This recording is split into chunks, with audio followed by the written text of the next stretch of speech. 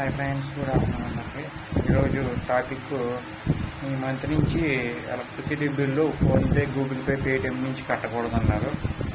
అది ఆర్బీఐ ఇచ్చిన అనౌన్స్మెంట్ అనమాట. అది ఎందుకు ఇచ్చారో మనకేం తెలియదు. సో జనాలు చాలా సతమతం అవుతున్నారు అనమాట. ఎందుకంటే ఇంతకుముందు కరెంట్ ఆఫీసులు కట్టుకునే వాళ్ళు ఎప్పుడైతే PhonePe, Google pay, PhonePe, Paytm వచ్చినాయో అప్పటి నుంచి దీంట్లో కట్టడం అలవాటు పడ్డారు. సడన్గా ఆర్బీఐ రూల్ ఎందుకు మారిందో మనకి అది అర్థం కాలేదు. పేటిఎంలోకి వెళ్ళి కొట్టినా అవ్వట్లేదు. అది పోయిందని వస్తుంది. అంటే మా కనిపిరి కట్టడం దీంట్లో కుదరదని వస్తుంది. సో ఏపీఎస్పి డిసిఎల్ అంటే Andhra Pradesh southern power distribution communication లిమిటెడ్లో మీరు కట్టుకోవాలన్నమాట. యాప్ ఉంది, అది దాంట్లోకి వెళ్ళి మీరు పాస్వర్డ్ అయిన ఇచ్చి సైన్ అప్ అయ్యి మీరు కట్టుకోవాలి. ఈ విధానం పైన మీరేమనుకుంటున్నా ఖచ్చితంగా కామెంట్ సెక్షన్లో చెప్పండి. నేనైతే ఆర్బీఐ తీసుకునే నిర్ణయాలు ఎంతైనా చూసి తీసుకుంటారు, సెంట్రల్ గవర్నమెంట్ మనమే అనలేం. సో ఆర్బీఐ తీసుకునే నిర్ణయం నేను కరెక్ట్ అనుకుంటున్నాను. మీరేమనుకున్నా ఖచ్చితంగా కామెంట్ సెక్షన్లో చెప్పండి.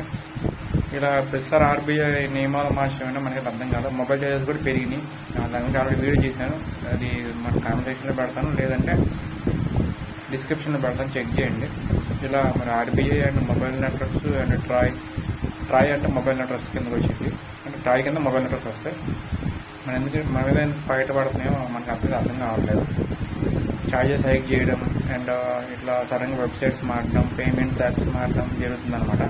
అండ్ ఇంకోటి మీరు గమనించాల్సింది, ఏపీఎస్పి డిసిఎల్లో మీ యూపీఐ ఐడి ఉంటుందన్నమాట. మామూలు మీరు పేటిఎం డీట్లోకి వెళ్తే మీకు యూపీఐ ఐడి కనిపిస్తుంటుంది, దాన్ని ఇవ్వాలి. మీరు డైరెక్ట్గా పేటిఎం నెంబర్ ఇచ్చిన అవ్వట్లేదు, అది ఫోన్పే నెంబర్ ఇచ్చిన అవ్వట్లేదు. ఇది ఒకటి గమనించి కావడం.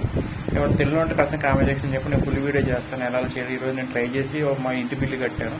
మీకు ఇంట్రెస్ట్ ఉంటే కాస్త కామెంట్ సెక్షన్ అడగడం మాత్రం మర్చిపోమాకండి. Thank you so much.